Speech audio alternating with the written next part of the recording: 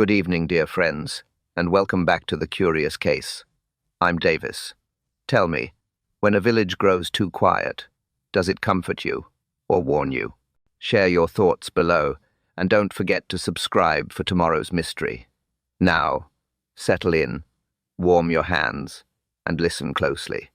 Tonight, silence hides something dangerous. And though the streets look calm, Miss Marple knows better.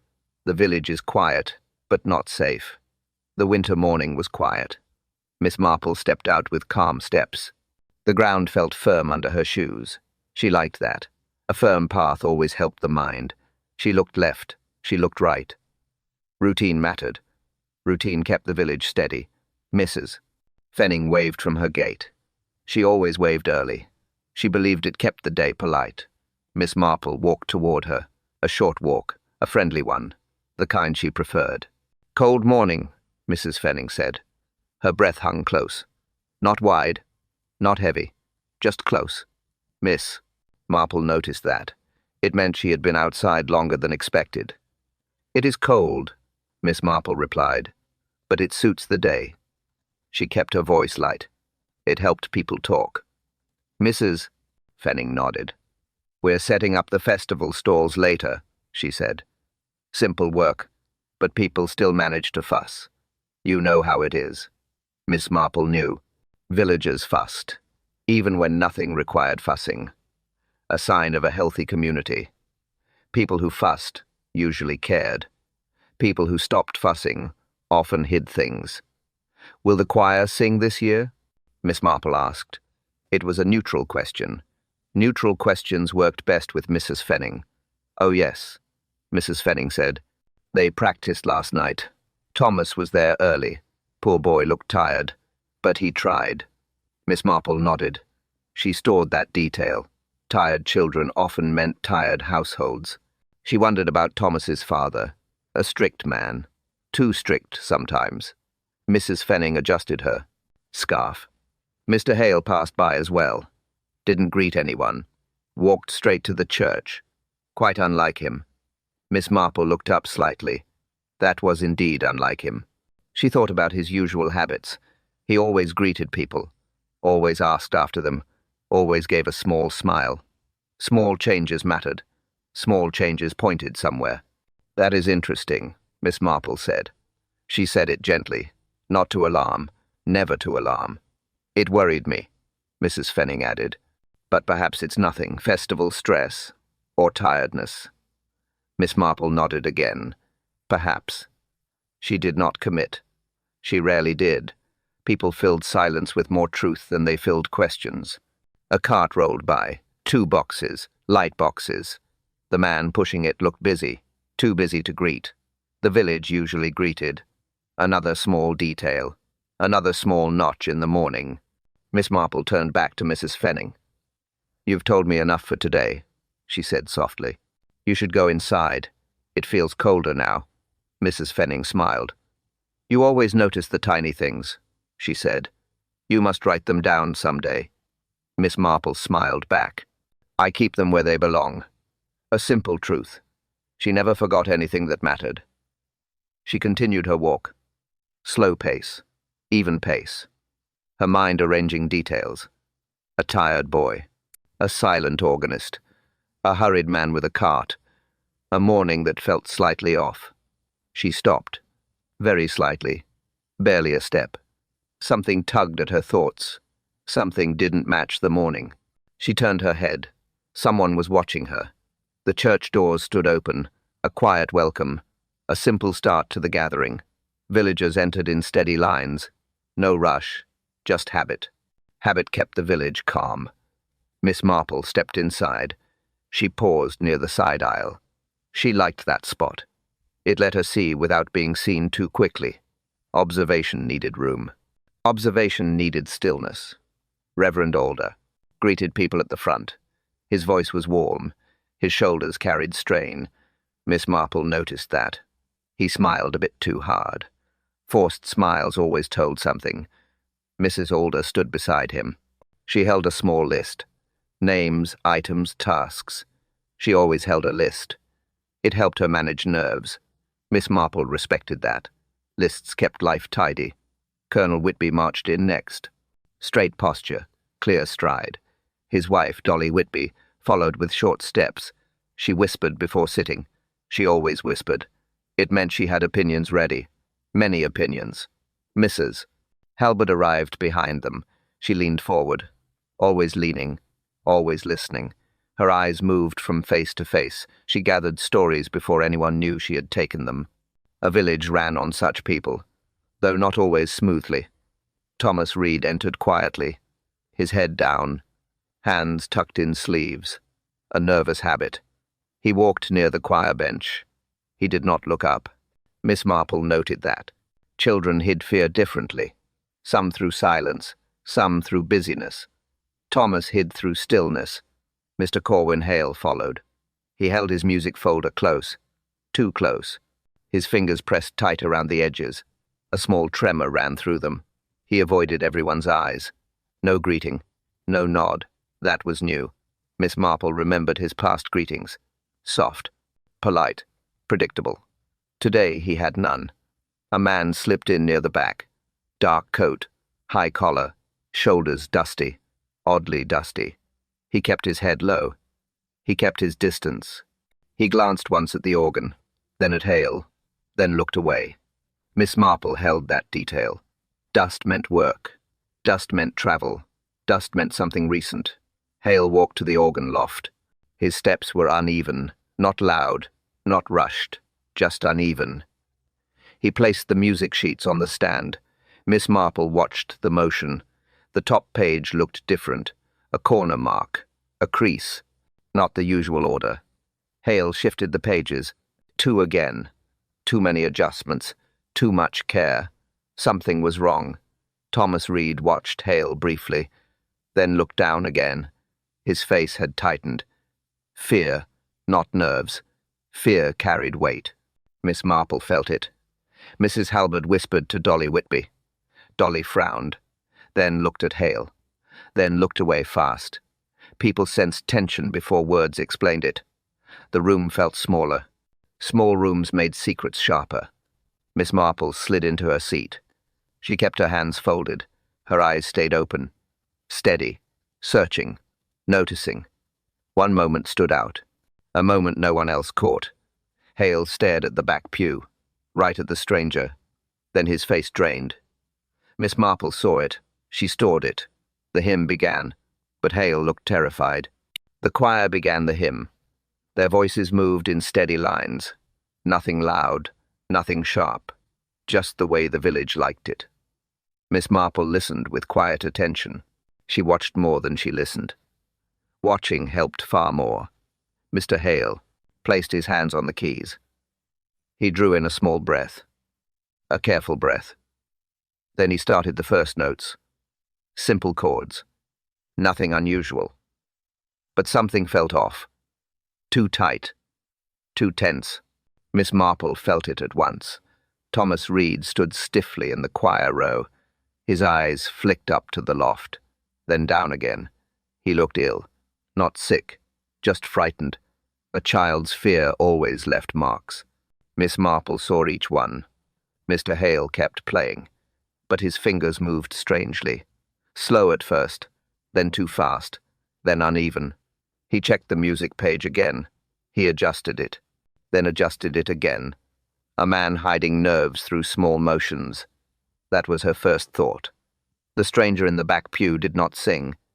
He watched, only watched. Hands still, coat still, dust still sitting on his shoulders. He leaned slightly forward. Not enough to be obvious, but enough for Miss Marple to note. Mrs. Halbert whispered to Colonel Whitby. He frowned. Dolly Whitby touched her. Necklace. A nervous tick. The room absorbed every small change. Miss Marple followed each one. The organ sound shifted. Just a fraction. A tiny hesitation. Miss Marple stiffened. She saw Mr. Hale pause. A short pause. Barely a second. But enough. His eyes widened. He looked at the page again, then past it, toward the back pew, right at the stranger. Miss Marple saw the fear in that glance. Cold fear. Trapped fear. Fear that understood something final. His left hand froze. Completely. His right hand twitched once, then stopped. His body leaned forward, just slightly, then more. His weight dropped. His shoulder hit the keys. A harsh cluster of notes broke the hymn. Silence followed. A shocked silence. Not loud panic. Not wild alarm. Just that English kind of confusion. People moved, but pretended not to. Mrs. Alder gasped softly.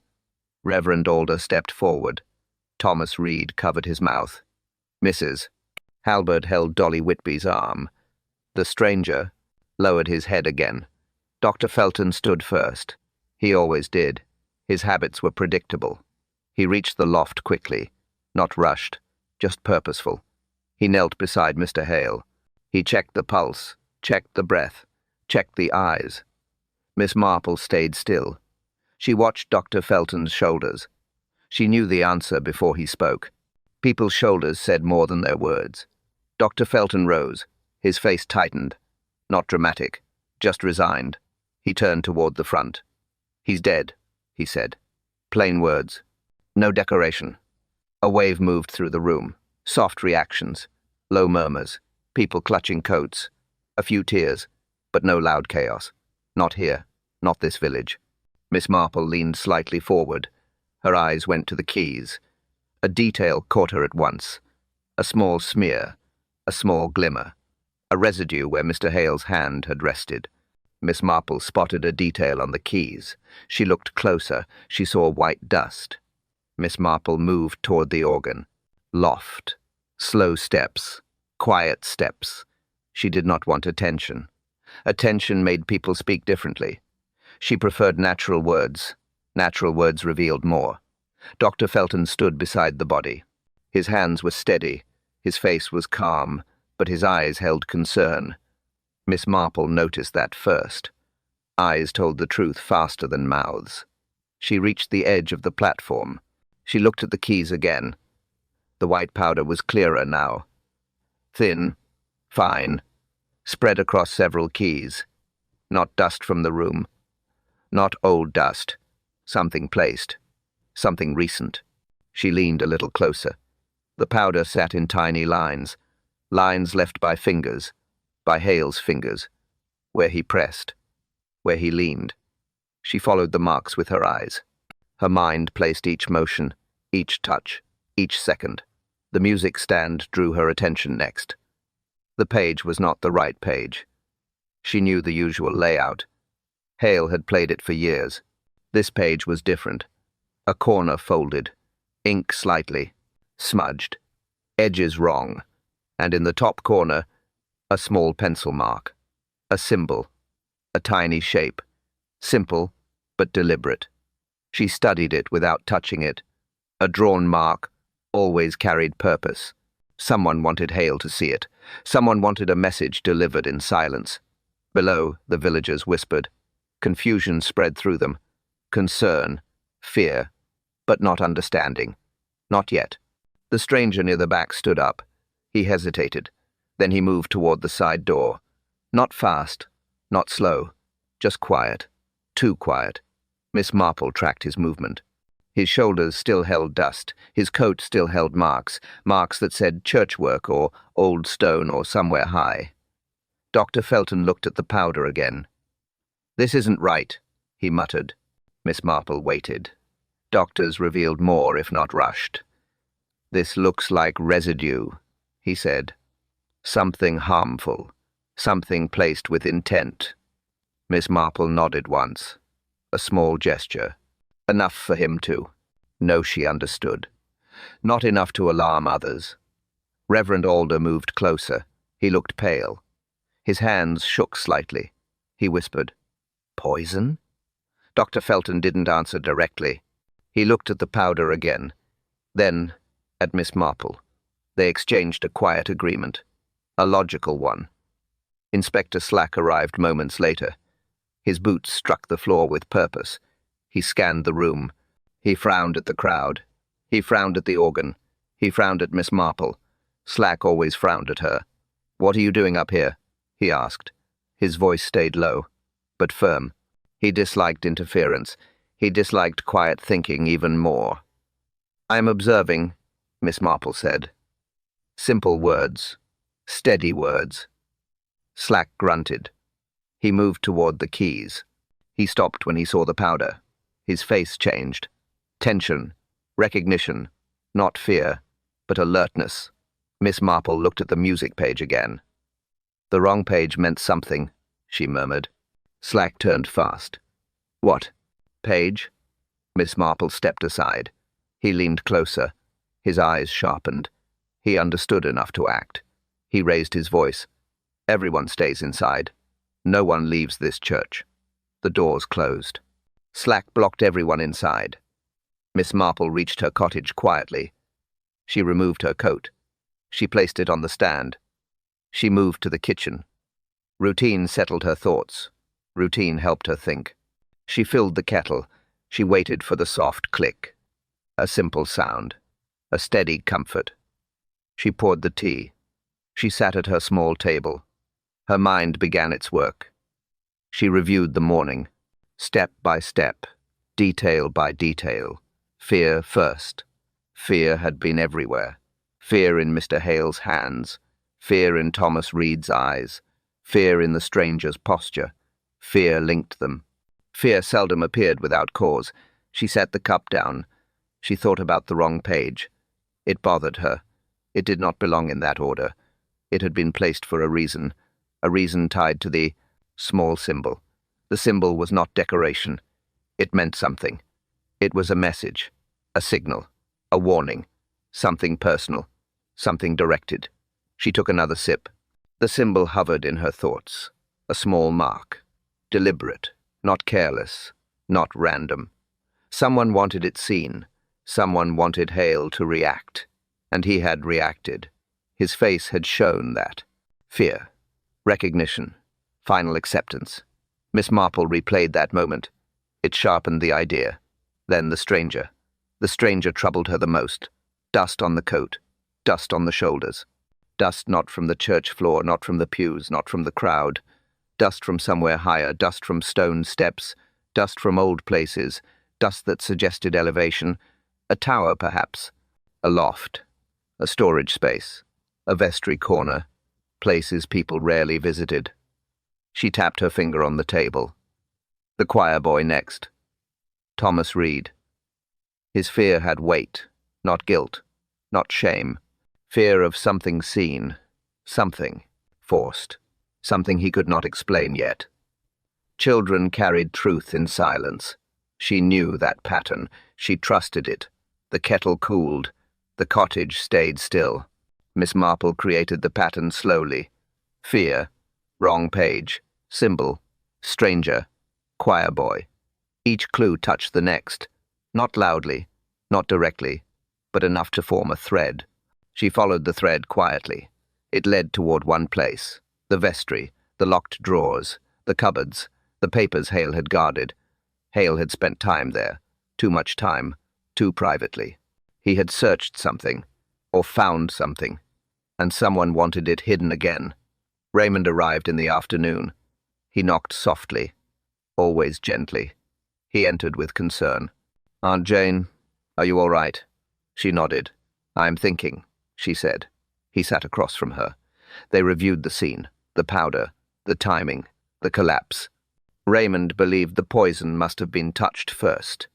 Miss Marple agreed. Timing mattered. Someone had planned it carefully. She told Raymond her next step. "I must visit Mrs. Alder," she said. "She knows more than she realizes." Raymond frowned. "Is that safe?" Miss Marple smiled lightly. "Curiosity is safe," she said. "It is truth that causes trouble." The room felt colder. Miss Marple paused. Something in the vestry was hidden. She looked toward her window. A shadow moved outside. Miss Marple reached the vicarage in steady steps. She knocked once. Mrs. Alder opened the door almost at once. Her face looked tired. Her hands trembled slightly. She forced a smile. "Do come in, Miss Marple," she said softly. The sitting room felt warm. A small fire. A simple tea tray. 2 cups already set. Mrs. Alder must have expected someone. Not her, perhaps, but someone.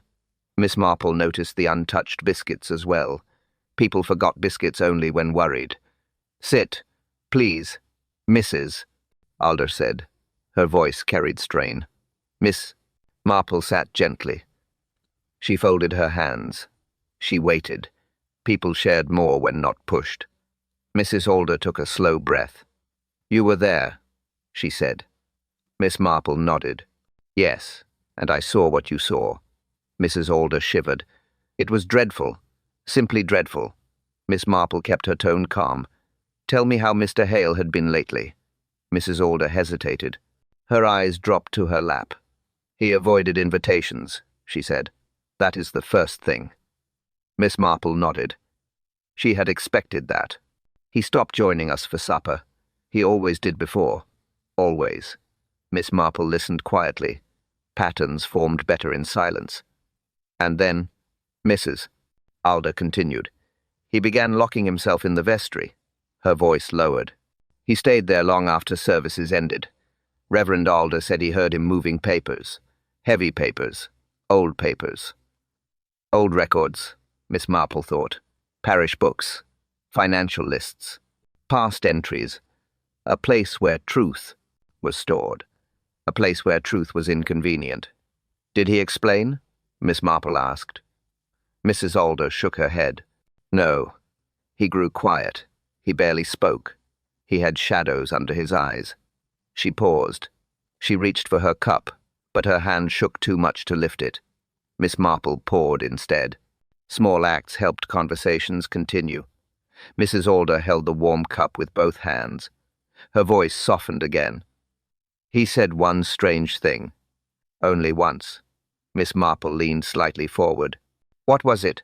Mrs. Alder repeated the words carefully.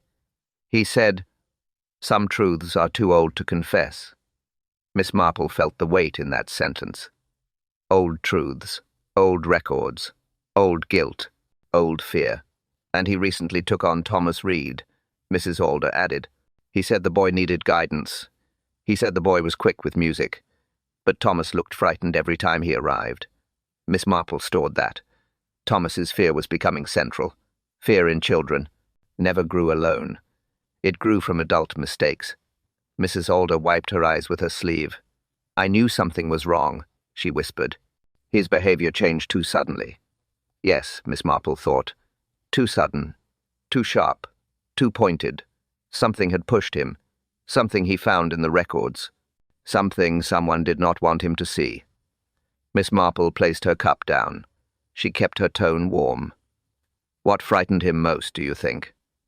Mrs. Alder looked around the room, as if checking the walls, as if checking for listeners. Her voice dropped to a whisper. "He feared someone." Miss Marple walked toward the green. She chose the bench near the path. It looked casual, unimportant, but it gave her a clear view of the lane. She sat with slow ease, hands folded, eyes soft, thoughts steady. She waited. Not for long. Thomas Reed appeared at the far end. His steps were uneven. His face looked pale. He carried no books today. That was unusual for him. He always carried something. Today he held nothing. Miss Marple kept her gaze gentle. "Good afternoon, Thomas," she said. Her tone stayed soft. Safe. Predictable. Children trusted tone before words. Thomas stopped. He hesitated. He glanced around, then lowered his eyes again. "H?" "Hello, Miss Marple," he whispered. His voice shook. He shifted from one foot to the other. He looked ready to run. But he didn't. He stayed. That meant he needed to speak, even if he feared it. "Would you sit for a moment?" Miss Marple asked. She moved slightly to make space. A small gesture. An inviting one. Thomas hesitated again. Then Saturday, barely on the edge, back stiff, hands clenched. Miss Marple gave him time. Time made words settle. Time made fear loosen. "You look troubled," she said gently. Thomas swallowed hard. He didn't answer. He blinked fast. Fear lived in every blink. "Mr. Hale cared for you," Miss Marple continued. He spoke well of you, said you had promise. Thomas's shoulders tightened. He shook his head. No, he asked me to do something. His voice cracked. Miss Marple waited. The boy fought himself. Then he whispered. He gave me a page. A secret page. Miss Marple nodded slowly. Go on. It had a symbol, Thomas said. A little mark. He told me to put it on top, before the service. He said no one would notice. He squeezed his hands. But someone did. Miss Marple's mind aligned the details. The wrong page. The symbol. Hale's fear. The stranger's dusted coat. Pieces forming a pattern. Who noticed Thomas? Thomas's breath shook. The man in the back, he said. The man with the coat. He saw me. He followed me down the steps. Miss Marple felt the thread pull tighter. Did he speak to you? Thomas nodded. He said, if I said anything, he'd come back. Tears filled his eyes. I thought it was my fault, mister. Hale fell because of me. Miss Marple placed her hand lightly on his. You did nothing wrong, dear boy, she said. Nothing at all. You did what you were told. That is all. Her voice steadied him. His breathing slowed. A small relief. But not enough. Not yet. Miss Marple leaned slightly forward. Thomas, she said softly, you saw more than you think. You may help more than you realize. Thomas wiped his face. He nodded once, then froze. A new thought hit him, a memory rising. He looked at Miss Marple with sudden fear. The boy knew more than he realized. Thomas's voice dropped to a whisper. There's one more thing. I didn't tell you yet. Miss Marple entered the vestry quietly. The room felt still in a deliberate way, as if someone had stopped here last and left quickly. She looked around. She avoided touching anything. She let her eyes do the work. Hale's satchel lay near the small desk. The flap sat uneven, not its usual state. Hale kept his things tidy. Someone had opened this, or Hale opened it in haste. Miss Marple stepped closer. She lifted the flap. Inside lay papers, loose papers, music sheets, receipts, a few envelopes, nothing unusual at first glance. Then she saw it, a cloth wrap, folded neatly, placed carefully, hidden beneath the papers. Not hidden well, just hidden in thought. Miss Marple lifted it gently. She unwrapped it. An iron key lay inside, old, dusty, heavy for its size. The dust matched the stranger's coat and Hale's hands. This key belonged somewhere high, somewhere forgotten. Inspector Slack entered. His steps were firm, always firm. What have you found? He asked. Miss Marple showed him the key. Slack frowned. He rubbed his jaw. Hale didn't carry this normally, he said. No, Miss Marple replied. He carried it today. Slack grunted. That means he used it. Miss Marple nodded toward the tower. Stairs. Slack understood at once. They climbed together, step by step. The stairwell felt narrow. Not dangerous, just old. Dust lined the edges. Miss Marple noticed 2 sets of marks. Fresh marks. 2 men, 2 different shoes. One steady, one heavier. One Hale, one stranger. They reached the bellroom. The air felt undisturbed, but the floor did not. Footprints circled the room. One set near the window, one near the far wall. Miss Marple followed the straighter path. Her eyes traced a line that led to the corner. There, she said softly. Slack moved ahead. A metal box sat behind an old beam. Dust gathered around it. But the box itself showed new marks, scratches, fingerprints, attempts to open it. Failing attempts. Slack lifted it onto a flat board. He opened it slowly. The hinges creaked. Inside lay ledgers. Old ones. Very old ones. Parish accounts. Collections. Payments. Entries crossed out. Entries rewritten. Numbers altered. Rows erased. Proof of theft. Years of it. Beside the ledgers lay Hale's notes, written in tight lines. Dates. Amounts. Names. A quiet map of wrongdoing. A truth Hale discovered alone. A truth someone needed to bury again. At the bottom of the box lay fabric, a torn piece, dark cloth, thick, coarse. It matched the stranger's coat. Miss Marple held her breath. The stranger had been here. He had searched. He had failed. Hale had been ahead of him. Slack stared at the contents. His voice stayed low. This explains much. Miss Marple nodded. The motive stood inside that box. Slack closed the lid. He turned toward the stairs. Then he stopped. His head tilted. A small sound rose from below. Light steps. Careful steps. Someone was on the stairs. Inspector Slack brought Mr. Hadley Kenton into the small meeting room. Kenton walked with confident steps. Too confident. His coat was neat. His hair brushed flat. His expression calm. Almost too calm. Miss Marple noticed the polish first. Polish always hid something. Slack closed the door. He took the chair opposite him. Miss Marple sat a little to the side, not directly across, not directly beside. The observing place, the comfortable place. "We have questions," Slack began. Kenton nodded politely. "I understand, Inspector." His tone carried ease, practiced ease, rehearsed ease. Slack opened the metal box they brought down. He pulled out one ledger. He placed it carefully on the table. "Do you recognize this?" Kenton barely glanced. "Oh, yes," he said. "Old records. Very old. Errors everywhere. I've tried fixing them for years." Miss Marple watched his hands. They didn't match his voice. His fingers tapped the table twice, then stopped. Nerves behind the polish. Slack raised one eyebrow. "Record errors?" "Yes," Kenton replied smoothly. "They were never kept consistently. Repeated entries, misplaced sums, unreadable notations. You know how it is with old churches." Miss Marple tilted her head slightly. Kenton avoided looking at the ledger. That was curious. People avoided looking at guilt, not at mistakes. Slack opened Hale's notes next. "He wrote these," he said. "Did you know about them?" Kenton folded his hands. "I had no idea. Mr. Hale was diligent. Sometimes too diligent. He often misinterpreted things." Miss Marple felt the shift there. A man defending himself. A man belittling the dead. A man trying to control the narrative. Slack leaned forward. "These numbers match. All of them. Year after year." Kenton smiled tightly. "A coincidence. Old habits. Old writing. Old confusion." His words ran smooth. Too smooth. Miss Marple watched his eyes now. Kenton's eyes didn't agree with his mouth.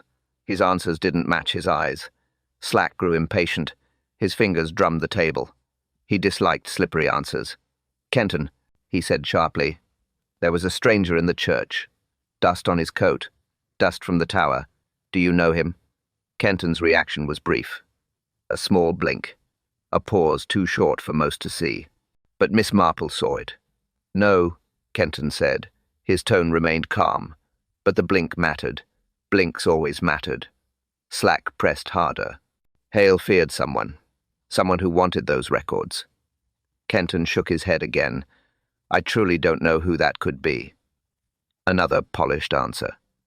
Another lie built on comfort. Miss Marple leaned forward slightly. Her voice stayed warm. "You handle the accounts at home as well, don't you?"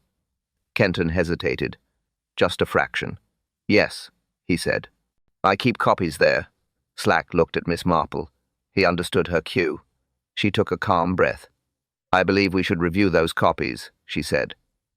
Kenton's hands froze. Slack stood. Miss Marple kept her voice steady. "We must check your home. Accounts." Inspector Slack walked beside Miss Marple toward the church office. His steps were quick. Hers were steady. He looked frustrated. She looked thoughtful. Both carried different parts of the truth.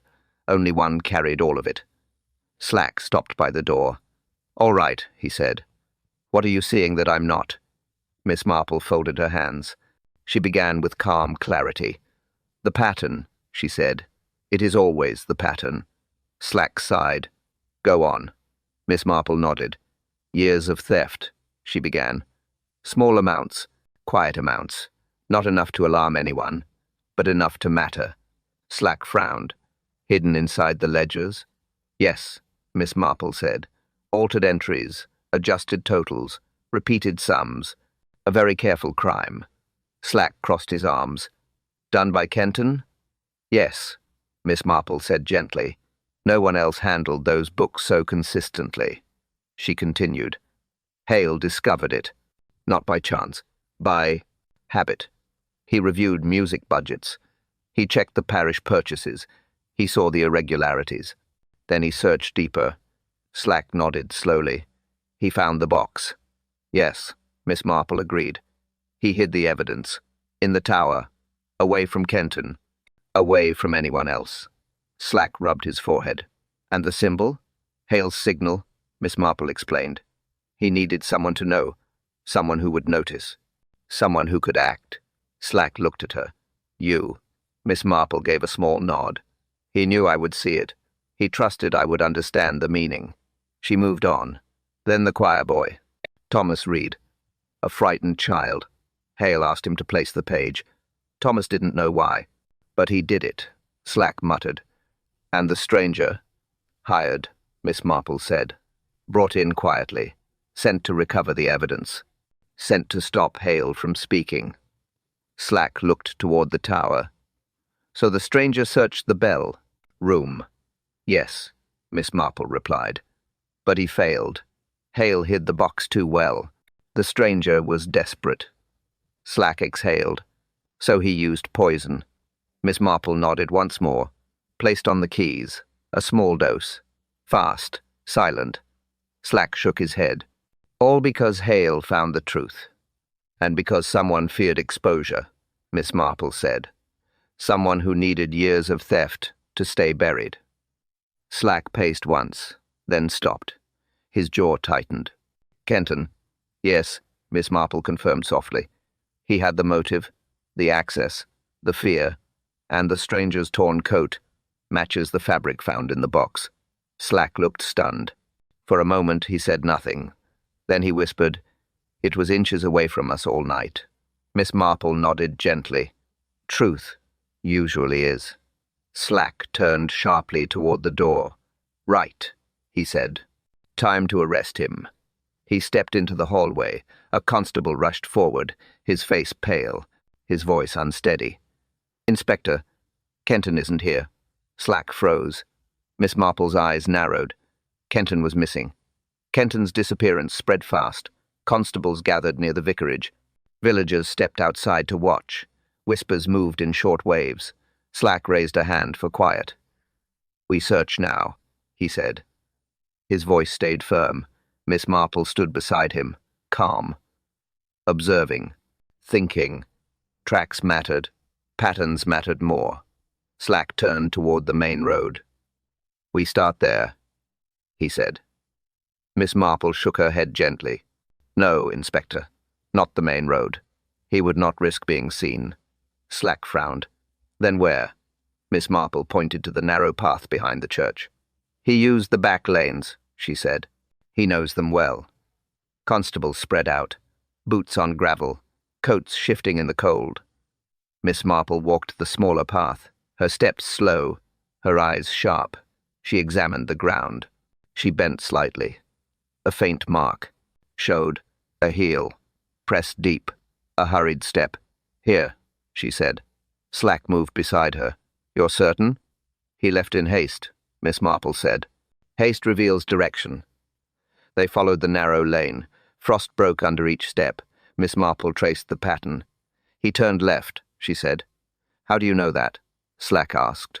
Impatience, she answered. And weight on the heel.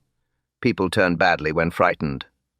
The group walked past the hedges, past the old well, past the storehouse. The tracks continued. Clear to her eyes. Not clear to others. He is moving toward the field, Miss Marple said. Slack nodded. He thinks no one will search there. Because he assumes fear gives him advantage, Miss Marple replied. It rarely does. The path opened into the small field. Frosted grass bent in one direction. Miss Marple pointed. He went that way. Slack motioned the constables forward. Careful. He? ordered. He may still be close. They moved slowly, breath misting, steps measured. Miss Marple stayed behind the group, her pace steady, her eyes searching the edges. A figure appeared near the far fence. Slack stiffened. "Kenton," he muttered. The man fumbled with something in his coat. He looked over his shoulder, then tried to climb the fence. He slipped. His shoe caught. He fell to one knee. He struggled to rise. Slack raised his hand. No one move. He approached with care. Miss Marple watched from a distance. Kenton's coat bulged on one side. A heavy shape. A box shape.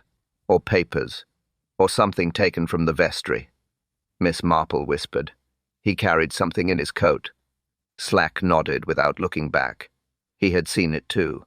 Kenton clutched the coat tighter. He tried to step back. He failed. Fear weakened him. Fear betrayed him. Slack stepped closer. "Kenton," he said.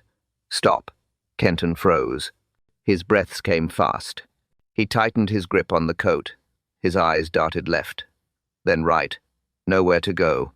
Nowhere to run. The field gave no cover. The village watched from afar. Slack took another step. Then another. His voice lowered. "This ends now." He stood directly in front of Kenton. The moment held. Quiet. Tense. Unfinished. Slack confronted him. Kenton backed away from Slack. His hands shook. His breath came in short bursts. The coat sagged from one side. Something heavy inside. Something he did not want seen. Slack held his ground. Miss Marple watched from behind, her eyes steady, her mind already ahead of the moment. "Kenton," Slack said. "Give it up." Kenton shook his head hard. "No, you don't understand." Slack stepped closer. "I understand enough." Kenton lifted both hands, not in surrender, in panic. "I didn't kill him," he said quickly. "I didn't touch him. I didn't." His voice trembled. His words rushed. Miss Marple heard the fear behind them. Fear often unlocked truth. Slack stayed firm. "You ran," he said. "Innocent men don't run." Kenton swallowed. "I ran because of the ledgers. Only that." Miss Marple stepped forward now, her tone calm, her presence steady. "You stole from the parish," she said, quietly, patiently, over many years. Kenton closed his eyes. The words struck him. He opened them again, wide, defeated. "Yes," he whispered. "I took the money, little by little." His shoulders collapsed inward. The truth weakened him. Slack motioned to a constable. But Miss Marple lifted a hand. She needed one more piece. "Kenton," she said softly, "you hired a man, a stranger, to retrieve the evidence Hale found." Kenton's face tightened. He nodded once. A small nod. A guilty nod. "He was supposed to bring the box back," Kenton said. "Just the box. Nothing else." Slack exhaled sharply. "So you did plan it." Kenton shook his head again. "Not the death. I swear it. I only meant to recover the records." His voice cracked. "Hale, he wasn't supposed to die." Miss Marple watched him closely. His posture, his hands, his eyes, all matched the truth of fear, not the truth of violence. "Kenton," she said, "you may not have touched him, but the man you hired did. Poison on the keys, placed in haste, placed out of desperation." Kenton stared at her, lost, confused. "How do you know it was poison?" Miss Marple answered plainly. "Hale's hands told me. The white dust, the stiffness, the sudden collapse. Only poison acts so fast." Kenton looked down. He clutched the coat again. "It wasn't supposed to happen," he whispered. He scared the man. He warned him to stay away. He threatened to expose us both. The man panicked. He acted alone. Miss Marple nodded softly. "But the intent still points to you. You began the chain. You created the fear." Kenton trembled. His strength left him. His legs weakened. He sank to the ground slowly. He looked at the field, at the fence, at the sky, then at Miss Marple. He saw the truth in her eyes, the truth he could not escape. Kenton realizes escape is impossible. He lowered his head. His voice broke. "I did it," he said. "All of it." The search for the stranger began at first light. Slack organized the constables. They spread across the lanes, across the fields, across the road leading out of the village. Miss Marple watched from her gate, her expression steady, her thoughts already ahead of the group. Slack approached her. "We will find him," he said. Miss Marple nodded. "He will not go far," she replied. Men frightened by truth rarely travel with purpose. Slack accepted that. Miss Marple was usually right. Hours passed. Tracks appeared near the mill road. A coat thread caught on a hedge. Boot marks near a ditch. A trail of hurried steps. Slack followed these with renewed focus. The constables kept pace. Miss Marple knew the pattern. The stranger had fled without a plan. Near midday, a constable returned on horseback. He carried news. "A man matching the description was seen in Willowham," he said. Slack straightened. 2 miles, he muttered. "Close enough to walk. Close enough to hide." Miss Marple nodded. "Fear chooses the nearest cover," she said. "Not the safest." Slack led the group toward Willowham. Steady march. Measured steps. No haste. Haste revealed weakness. Slack preferred control. They reached the inn. A quiet place. A small sign. A clerk who avoided eye contact. Slack questioned him. The man hesitated, then pointed upstairs. "A guest arrived early," he whispered. "No luggage. Dust on his coat." Slack climbed the stairs first. 2 constables followed. Miss Marple stayed below. She listened to each step. She watched the Blaine clerk's hands. Nervous hands. Hands that had seen something troubling. The door creaked open. The stranger sat on the bed, head tilted, hands clasped. He did not run. He did not speak. He simply waited. Slack stepped inside. "You know why we're here," he said. The man nodded once. Slowly, without fight. Slack searched the room. He found the coat. Dust still clung to the shoulders. He found a torn corner. He compared it to the fabric from the box. It matched. Perfectly. The stranger lowered his head. Slack began the questioning. The man answered with short phrases. He spoke of Kenton. He spoke of money. He spoke of the request. Retrieve the box. Bring it back. No violence mentioned. No harm intended. At least not initially. Then the confession deepened. He admitted climbing the tower. He admitted searching the room. He admitted failing. Hale had blocked him. Hale had threatened him. Hale had said he would expose everything. Fear changed the two-by man. Fear led to poison. A small dose. On the keys. Placed in frustration. Placed in panic. Not planned, but deadly. Miss Marple listened from the doorway. His story matched every clue, every detail, every quiet truth hidden inside the dust. Slack exhaled, long, controlled, final. He turned to the constables. "It's done," he said. Slack closed the case. The villagers gathered in the hall. Chairs scraped softly. Coats settled on laps. No one spoke much. The room held a quiet weight. Miss Marple stood near the front, hands folded, eyes kind, tone steady. Everyone waited. Reverend Alder cleared his throat. "Miss Marple has something to explain," he said. She nodded gently. She stepped forward. Her voice remained calm, clear, measured, easy to follow. "This began with the ledgers," she said. "Years of altered entries. Small amounts. Consistent patterns. Not mistakes. Not confusion. Deliberate changes." The villagers listened closely. No shifting. No murmuring. Just attention. Kenton adjusted the records. She continued. "He did it quietly. He did it for a long time. He relied on old habits. He relied on people not checking. He relied on trust." Mrs. Halberd gasped softly. Colonel Whitby shook his head. Dolly Whitby covered her mouth. "Hale discovered the pattern," Miss Marple said. "He found the mismatched totals. He checked the older books. He compared entries. He understood the truth." Thomas Reed sat in the front row. He leaned forward, hands clenched together. He watched her with wide eyes. "Hale hid the evidence in the tower," she said. "He placed it where Kenton would not look. where few people ever go. Mrs. Alder wiped her eyes. She remembered Hale's long nights, his locked doors, his tired steps. When Hale realized danger was close, Miss Marple said, he used a signal. He placed the wrong music page on purpose. He added a small symbol, a quiet message, a final warning. The villagers nodded slowly. Pieces connected. People understood, even if they wished they did not. The choir boy helped, she continued. Thomas was frightened, but he followed instructions. He placed the page as told. He did nothing wrong.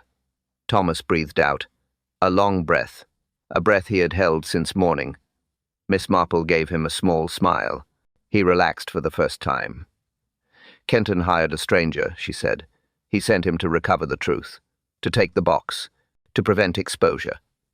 The room tightened. Hands gripped chairs. Eyes widened. The stranger climbed the tower, Miss Marple explained. He searched. He failed. Hale confronted him. Hale threatened to reveal everything. She paused. She allowed the moment to settle. The villagers leaned closer. The man panicked, she said. He placed poison on the keys. A small dose. Enough to silence Hale. Quick, quiet, deadly. Mrs. Alder cried. Softly now. She held her handkerchief tightly. Reverend Alder placed a hand on her arm. Miss Marple continued. The symbol on the page finally made sense. A simple mark, a final cry for help, directed to the one person who would see it and understand it. She looked around the room, faces tense, hearts heavy. The truth settled slowly. She folded her hands again. There is one more thing, she said softly. A final truth remained. Miss Marple returned home slowly. The path felt calm again. The field was empty. The air held a faint chill. Light snow drifted across the garden. Not heavy, not troubling, just small flakes settling on her steps. She brushed one off her sleeve. It melted at once. A simple end to a long day. She entered her cottage. The door closed softly behind her. She hung her coat in its usual place. She moved toward the kitchen. Routine steadied her thoughts. Routine closed the case. She filled the kettle, set it on the stove. The small click brought quiet comfort. She waited. The room felt still. The day replayed in gentle pieces. Not in drama, not in shock, just in order. Order soothed the mind. Order explained the truth. She poured the tea into her cup. Steam rose softly. She carried it to her chair. The one near the window. The one she always used when thinking. A small blanket rested on the arm. She placed it over her knees. The warmth settled around her. Outside, the snow continued. Light flakes. Slow drift. The village looked peaceful again. No crowd. No tension. No hurried steps.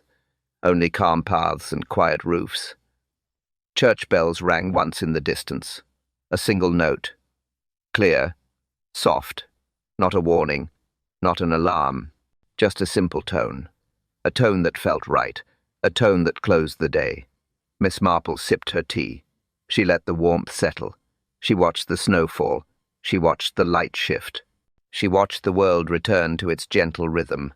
Her thoughts moved through the starting case, piece by piece, softly, clearly. Nothing rushed, nothing tangled. Hale's worry, Thomas's fear, Kenton's panic, the stranger's dusted coat, the hidden box, the symbol on the page. Each part fit, each part spoke, each part led to the truth. A quiet truth, a truth buried under years of small lies, a truth that waited for one person to see it. She took another sip. Her eyes softened. She rested her hand on the blanket. Truth rings out, even when people try to silence it, she said quietly. The words fit the room, the moment, the case. Hale had tried to speak. Kenton had tried to hide. Fear had tried to push the truth aside. But the truth found a way through. It always did. It always would. She looked out the window again. The snow settled on the path, on the gate, on the garden pots. The flakes fell with soft patience. The village rested beneath them. Her tea cooled slowly. Her thoughts settled. Her breath evened.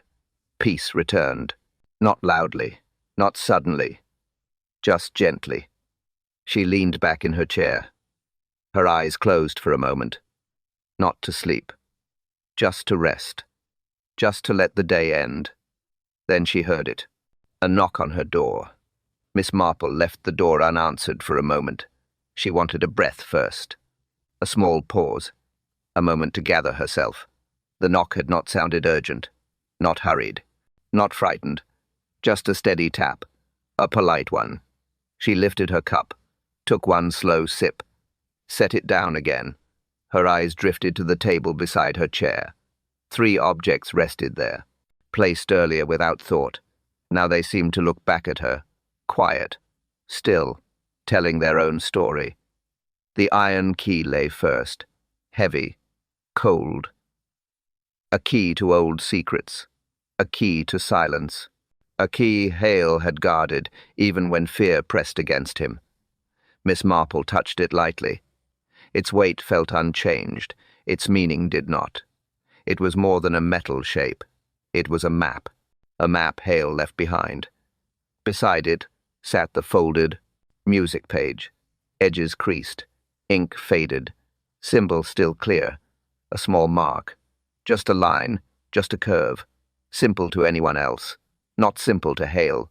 The mark carried his last message, his quiet cry for help, his attempt to speak when he could not speak directly.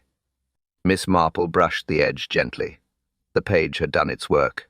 It had reached the right eyes.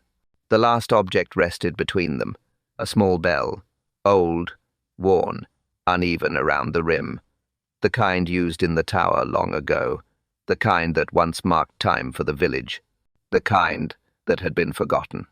But not by Hale.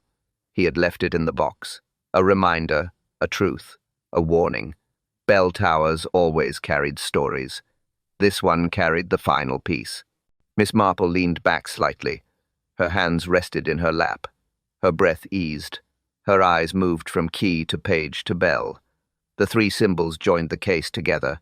The effort, the fear, the courage, the outcome. The iron key held the path. The music page held the message. The bell held the motive. She understood Hale's thinking now. Slow, quiet, determined. He knew the danger. He knew someone would come for the truth. He left signs anyway. He trusted one person to see them, and she had. The room sat in soft silence. The fire nudged once. A small crackle. Nothing more. Snow touched the window lightly. Bare dots. Bare whispers. No drama, just presence. The cottage felt settled. Not finished. Just settled. Miss Marple lifted the bell. She turned it gently in her hand. It made no sound, but its meaning stood firm. The case echoed in it. Quietly, steadily. Persisting even when words failed. The bell's meaning stays with her, the moment whispered. Miss Marple placed it back on the table. The knock sounded again. Still soft. Still polite. Still waiting. She turned her head. Her eyes moved toward the hallway. Someone stood outside. Someone patient. Someone with purpose. She rose slowly. She looked at the door. And then she saw the new letter sitting on the floor. Thank you, dear friends, for joining us tonight. I'm Davis, and I'm grateful you stayed until the final moment. Tell me, which clue surprised you most? And where are you listening from tonight? Share your thoughts below, and don't forget to leave a warm comment for tomorrow's mystery.